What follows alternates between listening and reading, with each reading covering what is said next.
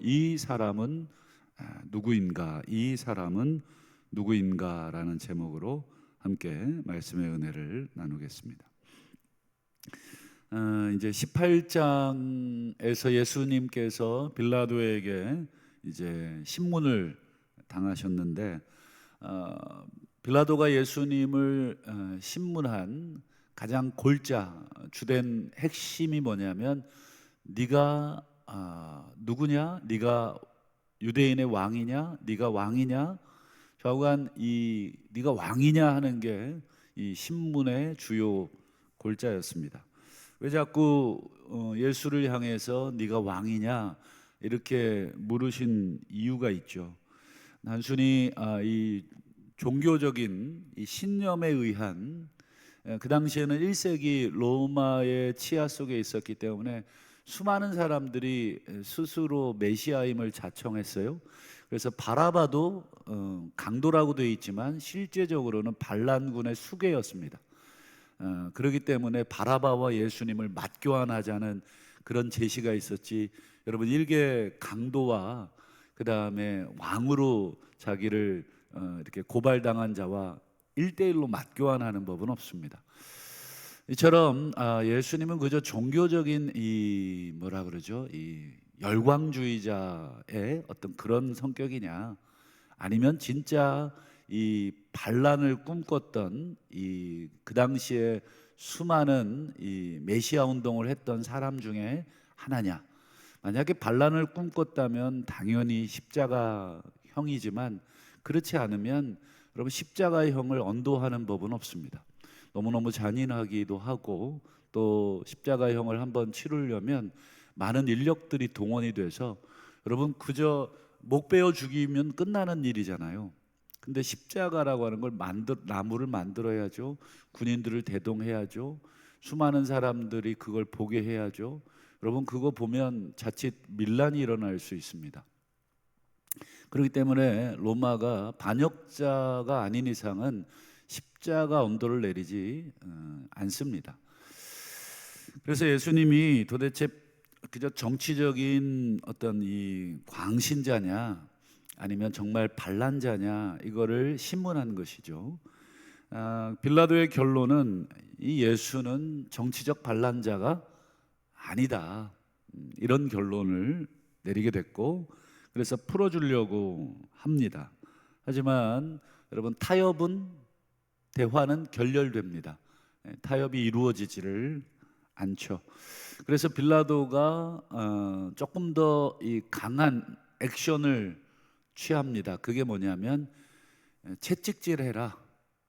조금 우리 잘 아시는 것처럼 그냥 채찍질은 뭐 그냥 일반적인 노끈으로 그냥 몇 대 때리는 게 아니라, 거기에 나비라든지 돌이라든지 동물의 뼈를 박아 놓은 채찍이나 살점이나 뼈가 으스러지는 그 정도의 퍼포먼스, 그 정도로 여러분 우리나라 예전에 뭐 곤장 뭐 100대 사람 걷지를 못하죠. 뼈가 다 부러지든지 뭐 그 정도 했으면 유대인들이 그냥 그래 뭐 소위 말해서 죄송한 표현이지만 반병신 만들어 놓으면 뭐 그쯤이면 되지 않겠냐, 뭐 이렇게 해서 채찍으로 이제 채찍형으로 이제 대신하려고 내어주죠.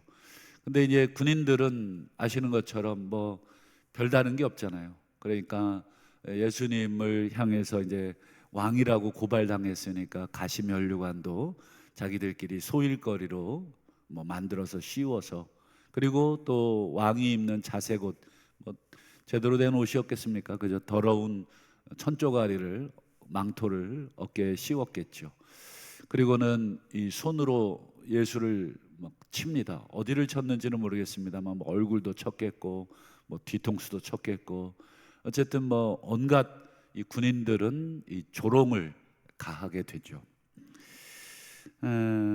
이쯤 되면 이제 유대인들이 뭐 만족을 하리라, 이렇게 반병신 만들어 놓고 이 정도로 여러분 사람 모욕 줬으면 어떻습니까?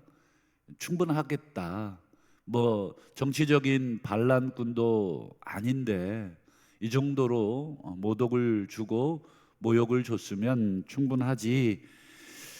이러고는 이제 4절을 한번 보실까요? 예수의 무죄를 다시 한번 선언합니다. 내가 그에게서 아무 죄도 찾지 못한 것을 너희로 알게 하려 함이로다. 아무 죄도 없는 사람 이 정도로 채찍질하고 모독을 줬으면 너희들이 무슨 이유인지 모르지만 이 정도면 만족해라. 지금 빌라도 총독이 지금 유대인 지도자들을 향해서 이렇게 얘기를 하는 것이죠. 그리고는 이제 실제적으로 이제 매질을 당한 예수님을 이제 보여줍니다. 끔찍한 몰골이었을 겁니다. 우리가 혹시 영화에서 보셨는지 모르겠는데 패션 오브 크라이스트라는 영화 혹시 보셨는지 모르겠는데 벌써 한 20년이 넘은 영화네요. 그 영화에 보면 장면들이 나오는데 너무 끔찍한 묘사들이 좀 있어서 차마 다 눈뜨고 볼 수 없는 그런 장면들이잖아요. 어쨌든 이 채찍에 맞고 이 조롱을 당한 그 피투성이가 된 이 청년 예수를 이제 끌고 나오죠. 이 정도면 그만하자. 너희들이 원하는 것까지는 아니어도 이 정도면 됐다. 그리고는 이제 5절을 한번 보실까요? 이런 말을 합니다. 예수께서 가시관을 쓰고 자색 옷을 입고 나오시니, 아마 여기에는 괄호 열고 피투성이가 된 가로 닫고 이런 모습이 담겨져 있겠죠. 빌라도가 이제 유대 지도자들에게 말합니다. 보라 이 사람이로다. 보라 이 사람이로다. 원문을 찾아보면 이렇게 되어 있습니다. 보라 이 사람이, 이렇게 되어 있습니다. 또는 보라 이 사람은, 이 사람이로다 이렇게 되어 있지만 보라 이 사람은, 여러분 이 사람은 그리고 점점점입니다. 점점점. 이 사람은 나는 이런 것처럼 이 사람은 이렇게 되어 있는데 뒤에 뭐가 없어요. 뭐 보라 이 사람은 뭐 유대인의 왕이로다, 또는 보라 이 사람은 반역자로다, 보라 이 사람은 뭐 무죄로다. 뭐 뒤에 뭔가가 더 나와야 되는데 빌라도가 그냥 보라 이 사람은 이렇게 하고 끝내요. 빌라도는 무슨 뜻으로 보라 이 사람은 여기까지만 이야기를 하고 뭐 뒤에 더 얘기를 안 했을까?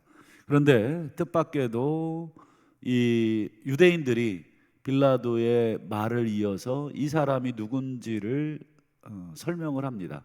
보라 이 사람은, 우리 한번 7절을 한번 보실까요? 유대인들이 대답하되 그가 자기를 하나님의 아들이라.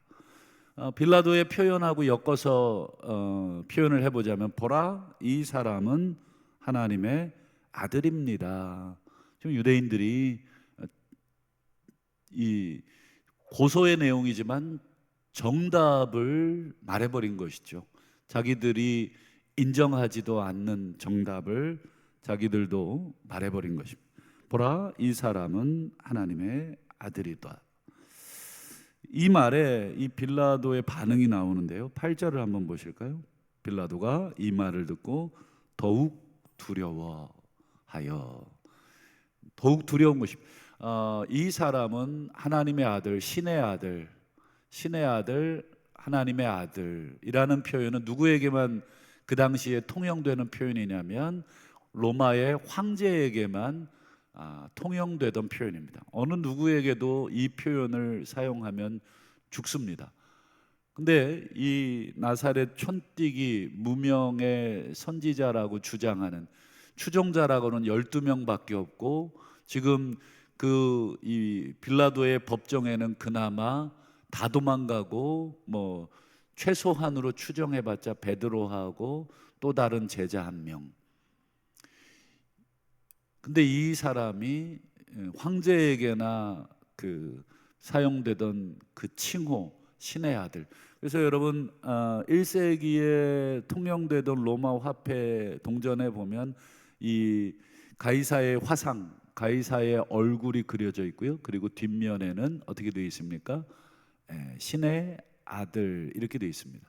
동전의 가이사는 신의 아들. 그런데 지금 유대인들의 말에 의하면 이 사람이 신의 아들, 하나님의 아들. 그러니 이게 빌라도가 막 머리가 복잡해지는 것입니다. 여러분, 이 당시에 예수께서 자신을 하나님의 아들이라고 주장한 적은 없어요. 그냥 하나님을 아버지라고 표현한 적은 있지만 유대인들 앞에서 이렇게 공개적으로 주장한 적은 없어요. 근데 유대인들이 추정한 것이죠. 하나님이 아버지야? 그러면 너는 하나님의 아들이란 얘기야? 신의 아들이란 얘기야?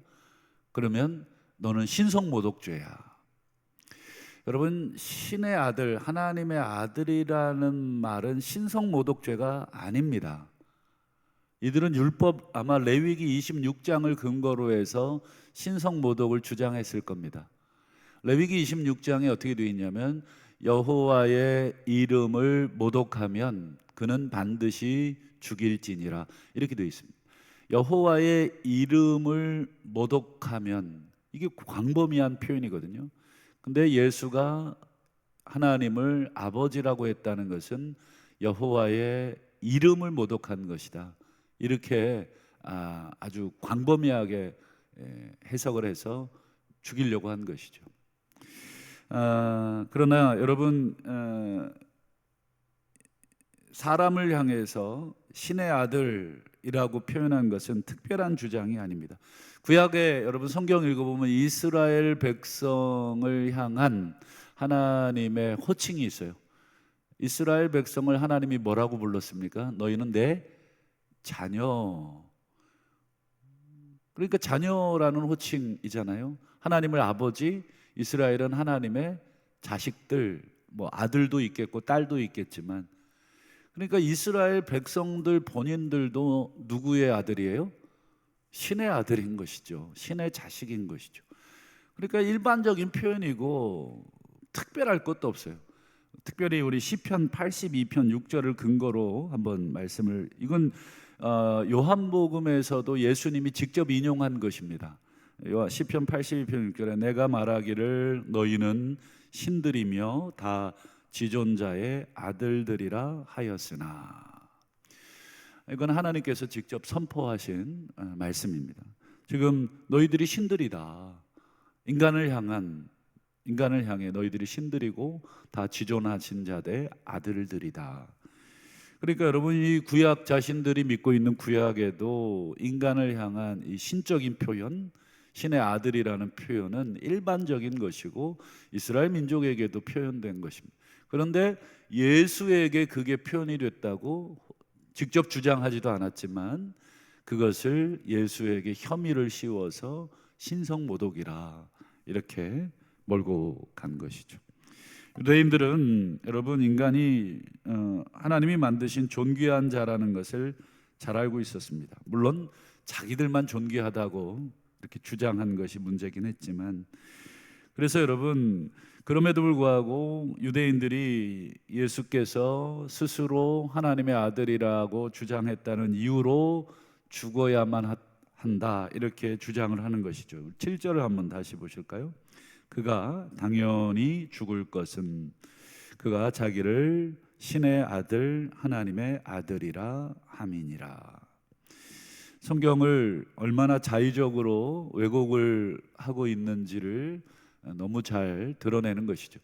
자기들의 신의 아들이라고 할 때는 뭐 문제가 없지만 눈의 가시처럼 여기는 예수가 신의 아들이라고 주장하니까 신성모독이라.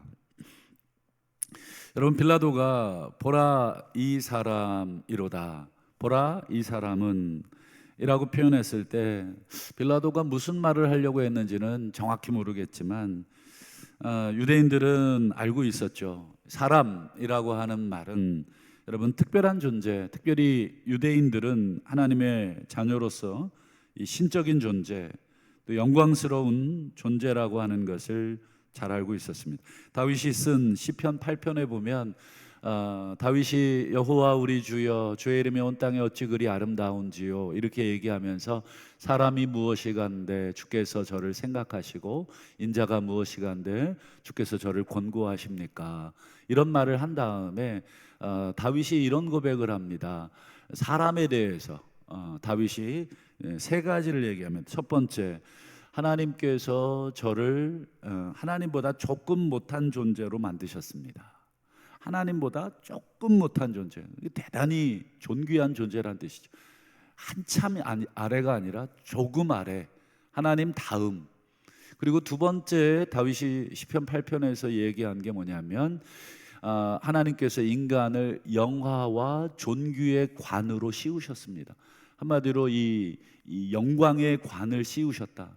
여러분, 관은 누구에게만 씌우는 거냐면 왕에게나 씌우는 것이죠. 근데 하나님이 인간에게 영광의 관, 존귀의 관을 씌우셨다. 관을 씌웠다는 것은 통치자의 수준으로 올리셨다는 거예요.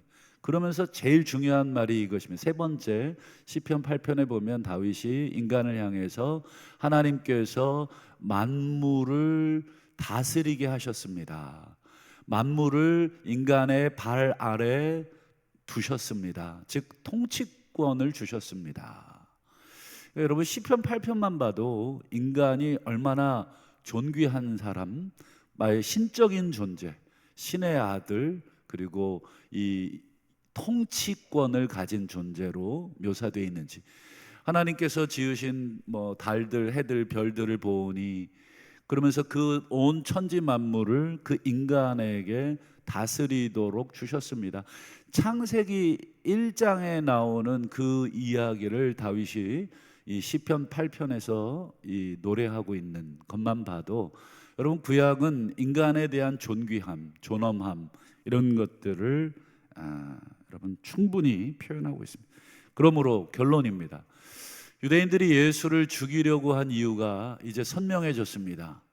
예수를 왜 죽이려고 했는가? 그가 자신을 신의 아들이라고 주장했기 때문이 아닌 것이죠.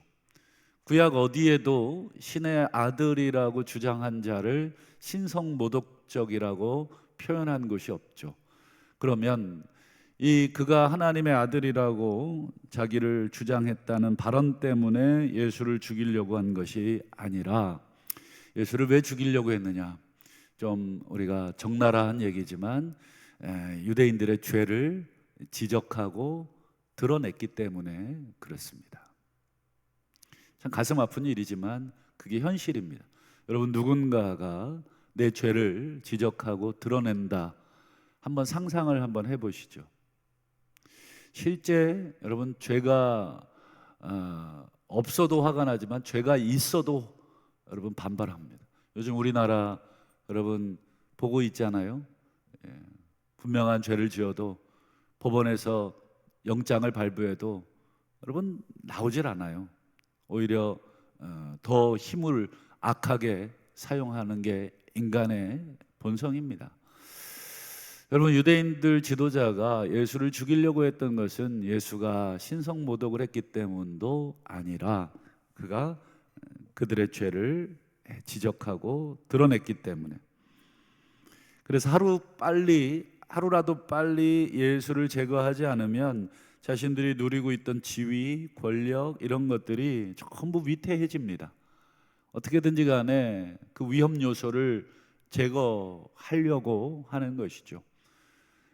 그래서 빌라도에게까지 예수를 데리고 와서 자신들의 손이 아닌 로마인들의 손에 의해서 제거함으로 명분도 쌓고 눈의 가시도 제거하려고 하는 것이죠.